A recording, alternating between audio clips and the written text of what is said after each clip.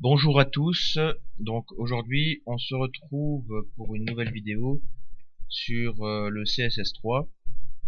Donc comme je viens de le dire, aujourd'hui on va parler de CSS et pas d'HTML. Rassurez-vous, on n'a pas vu tout le HTML, je n'ai fait que 2 vidéos sur le HTML, on a vu les bases, mais ici je vais faire une petite approche au CSS, comme ça vous avez le pied à l'étrier pour les deux. Voilà, donc on va commencer tout de suite. Alors tout d'abord, on va commencer par voir où on écrit donc le CSS. Donc on va l'écrire dans une page de style. Alors pour en créer une, c'est très simple. On va dans Notepad++, on ouvre un nouveau fichier, on va dans langage, c'est CSS. Voilà, on va marquer n'importe quoi pour l'enregistrer dans notre dossier et l'appeler style.css. Voilà, on pourra donc effacer. Vous pouvez l'appeler comme vous le voulez, sauf que ici, donc dans cette petite ligne de code, dans hrefstyle.css, là si vous mettez autre chose, votre fichier doit s'appeler de la même manière de ce que vous avez mis ici. Voilà. Donc on va écrire le CSS là-dedans. Donc ça donne quoi? Ça donne ceci. Voilà, vous avez une page de style, hein, donc à part de votre page HTML. Alors, on va commencer tout de suite par, donc j'ai fait une petite table des matières, comme ça, pour m'y retrouver. Donc tout d'abord, appliquer un style, sélectionner une balise. Eh bien, donc on va se retrouver dans notre page index. On va donc créer un titre. Voilà, H1. On retient notre H1. Entre les deux, on va écrire du texte. Par exemple, mon super site. On enregistre. Donc on va se retrouver sur notre navigateur. Voici ce que ça donne, rien de spectaculaire. Excusez-moi. Alors maintenant dans style.css, eh bien pour sélectionner une balise, donc ce qu'on va dire au CSS c'est simplement, toi là la balise H1, je veux que ce qui se trouve à l'intérieur, donc ton contenu, je veux qu'il soit en italique, gras, souligné, etc. Donc simplement on va donc inscrire la balise qui nous intéresse, puis on va ouvrir donc deux accolades, et puis nous allons entrer notre propriété, je ne sais pas si c'est écrit comme ça, propriété, et puis valeur, deux points, point virgule, voilà, on enregistre. Donc ça va ressembler à ça, votre voilà le syntaxe du CSS. Donc je vous rassure, c'est pas ça veut rien dire, propriété valeur, c'est pour que vous compreniez. Donc après, eh bien le point virgule sert à quoi? Eh bien à écrire une autre propriété et une autre valeur. Donc, je vais copier, coller, voilà. Donc ça va ressembler plus ou moins à ça. Voilà, donc ici je vais tout simplement commencer à vous montrer quelques quelques vraies propriétés et quelques vraies valeurs. Donc on va d'abord voir la taille du texte. Donc, pour modifier la taille, ce sera font size, deux points. Et là on va marquer la valeur donc en pixels. Donc là on va marquer la taille du texte en pixels. Donc là je vais mettre 15 pixels, comme ceci. On enregistre. Donc là le site, donc là le titre va être plus petit. Voilà. Donc là il est plus petit. On peut le mettre aussi plus grand. 50 pixels par exemple. Vous voyez. Là c'est déjà plus grand. Donc ça c'est donc pour modifier la taille. Excusez-moi. Alors la police. Ça on verra par après, je vais pas vous montrer tout de suite. fond. Voilà, donc on va vous montrer pour l'italique, le gras et le souligné. Donc pour le gras, ce sera donc font weight, 2 points. Donc là, je vais mettre normal, point virgule. J'actualise. Vous voyez que là, mon titre n'est plus en gras, mais il est donc normal. Alors pour le remettre gras, eh bien c'est simple, on va mettre bold. On actualise. Là, il est de retour comme avant. Maintenant, pour souligner, eh bien, on va mettre texte décoration, 2 points, underline, point virgule. Donc là, notre site, notre titre est souligné. Voilà, donc ça c'était pour le souligner. Maintenant, gras italique. Donc italique, on va mettre font style italique. Italique, donc simplement.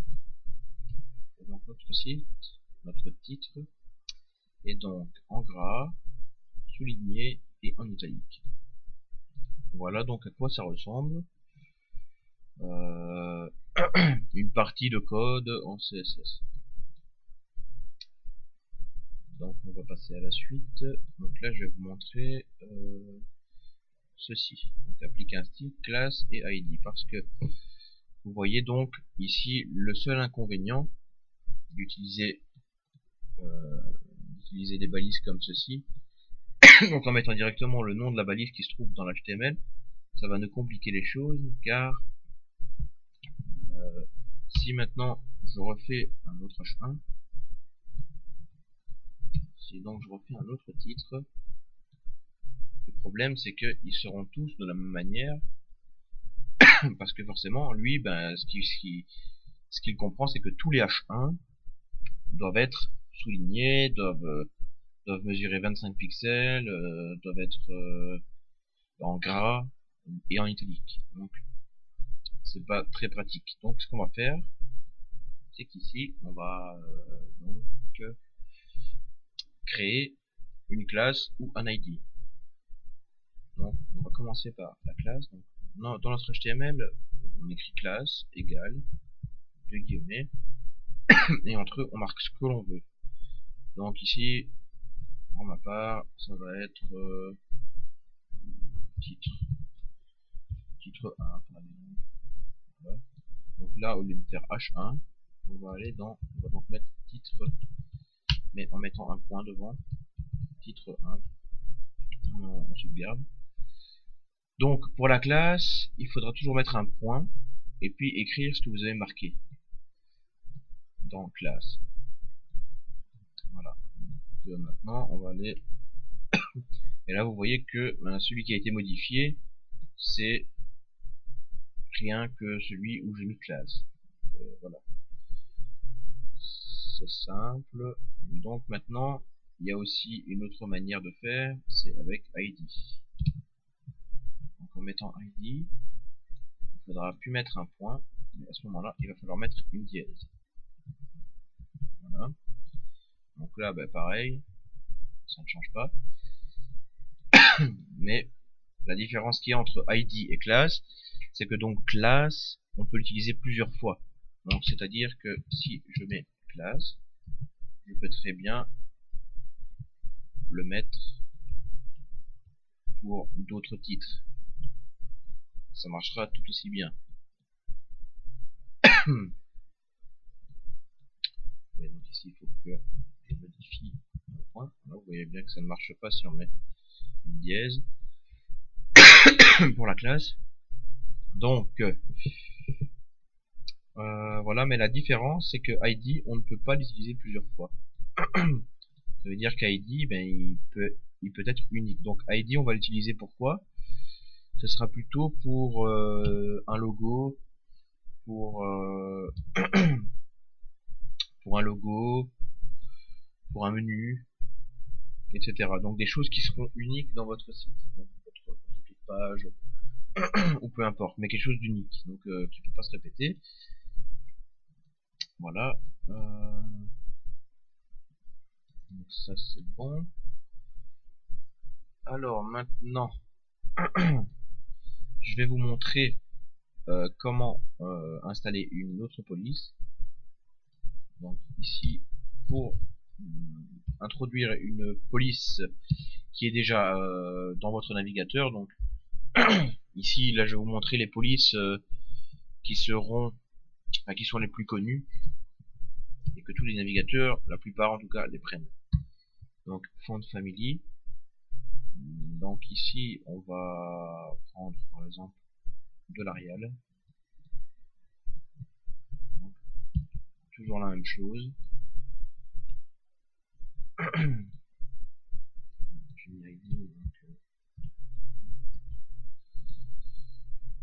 Donc là vous voyez que la police a donc changé. Voilà. On peut essayer donc avec plusieurs. L'Arial Black c'est celle par défaut, donc je ne vais pas l'essayer. Comics en MS.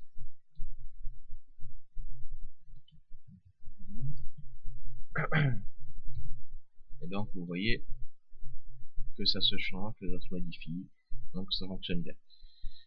Alors maintenant vous allez me dire, oui c'est bien beau tout ça, mais moi je veux une police personnalisée. J'ai trouvé une police sur le net qui me plaisait bien, et moi ce que je veux c'est c'est utiliser cette police là. Comment faire?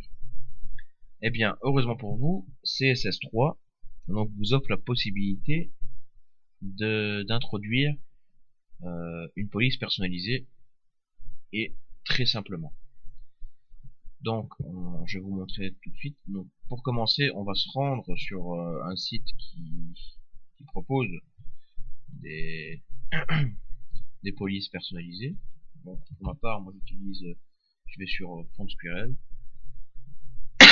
Donc ici, j'avais trouvé une police bon, un peu particulière, donc je l'ai prise. Donc, moi je préfère aller dans WebFontKit au lieu de télécharger juste le point .ttf. Parce que vous voyez qu'ici on l'a en plusieurs formats. Donc en .ttf, en .eot, en .wouf et en .svg. Donc on va télécharger le kit complet. Voilà. Moi je l'avais déjà téléchargé, donc voilà. Ici, eh bien, ce qu'on va faire pour pour être plus en ordre, pour s'y retrouver, on va donc créer un dossier police comme ceci, et dans notre dossier police, on va aller donc dans Front. Et là, pour ma part, je vais juste mettre le fichier WOOF, parce que tous les navigateurs, en tout cas la plupart, les prennent. Même Internet Explorer 9 le prend. Pas le 8, mais le 9 le prend. Ce qui est un exploit. Donc, on va fermer ça. Une fois qu'on a notre dossier de police ici, eh bien, on va se retrouver dans notre fichier CSS. Donc, je vous invite à le mettre tout en haut de votre page CSS pour vous y retrouver. Donc, pour commencer, il faut mettre un arrobas, mettre font face. Toujours la même chose, on ouvre une accolade, on en ferme une. Alors là maintenant, on va mettre font family, deux points. Et puis on va on va donner un nom à notre police. Donc on va mettre par exemple ma super police, point virgule. Puis après, on va mettre src, deux points url. On va ouvrir une parenthèse, mettre un guillemet et en refermer un. Entre les deux, on va mettre notre notre lien de la police. Donc on va mettre police slash, et là on va se retrouver dans notre dossier parce que c'est un peu long. On va nommer CTRL C, CTRL P, puis après on referme la parenthèse et point virgule. Alors, il faut toujours bien faire attention que votre URL et votre parenthèse soient collés, parce que si vous faites un espace entre les deux comme ceci, ça ne fonctionnera pas. Donc il faut que ce soit bien collé. On enregistre. Maintenant, ici, on va simplement mettre ce qu'on a mis ici. Font family ma super police. On enregistre, on retourne sur notre page web. Et voilà, donc vous voyez que la police a bien été modifiée. Donc, maintenant, pour que vous voyez un peu mieux, je vais augmenter un peu la taille.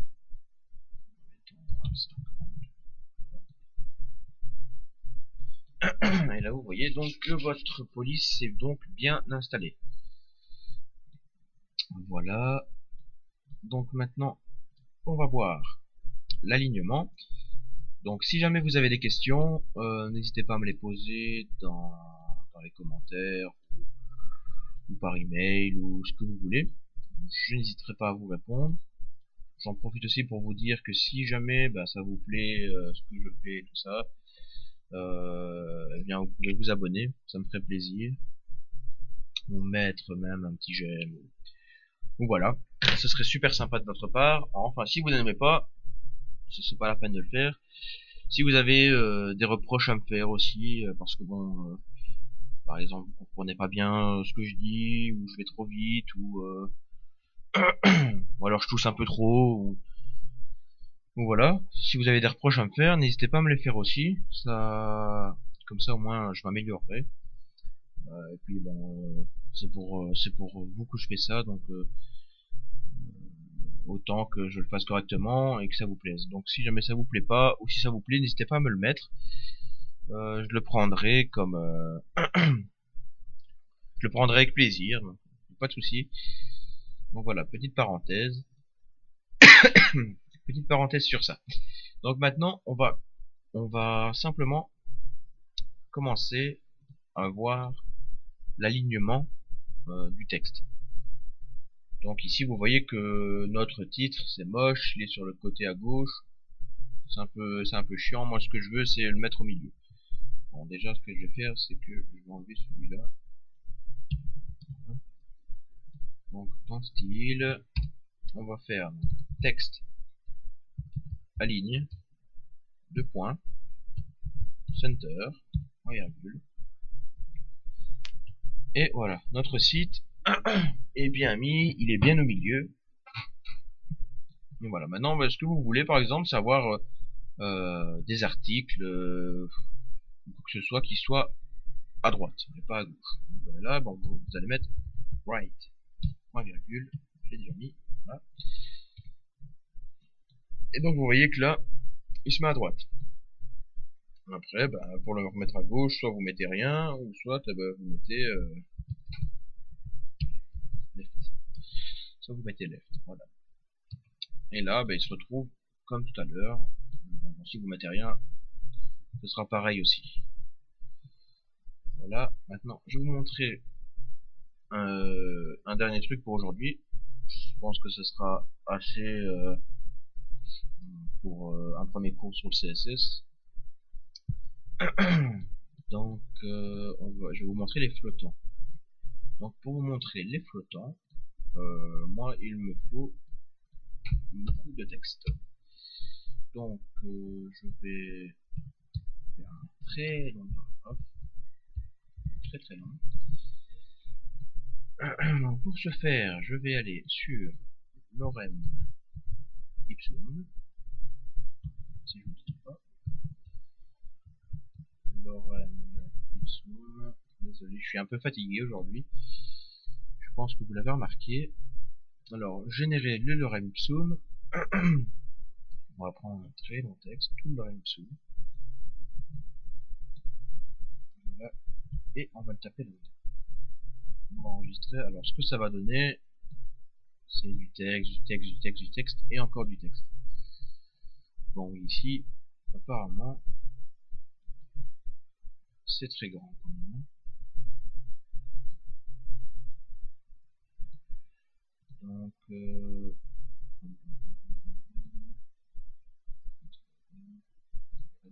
bêtises. que ça me semble quand même assez grand, mais je pense qu'ils sont tous écrits.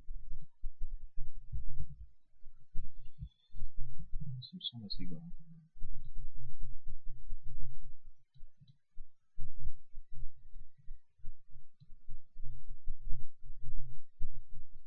Ah mais oui, je suis idiot. J'ai pas ouvert un paragraphe, excusez-moi, vraiment je suis fatigué aujourd'hui. J'ai ouvert un long titre. Voilà, c'est déjà un peu mieux. C'est déjà mieux. Alors je suis vraiment désolé. Petite erreur de ma part. Alors, pour ce faire, pour vous montrer le float à quoi sert-il, eh bien on va inscrire une image.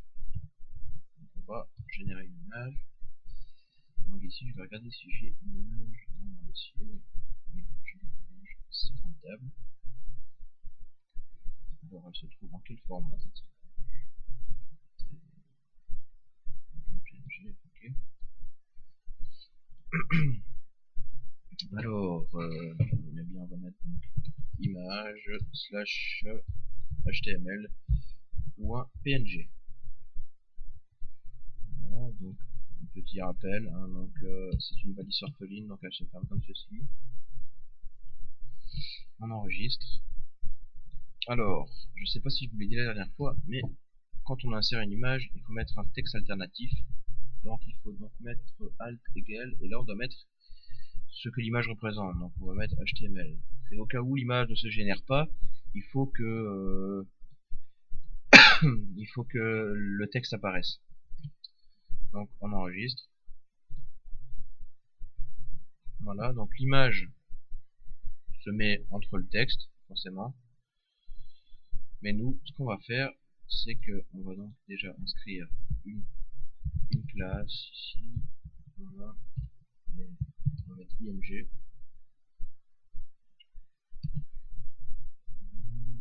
Donc on va retourner dans notre CSS. On va donc mettre .img. Voilà. Et ici, on va donc mettre float. Simplement. Float. Et là, on va mettre right ou left ou top ou bottom. Voilà.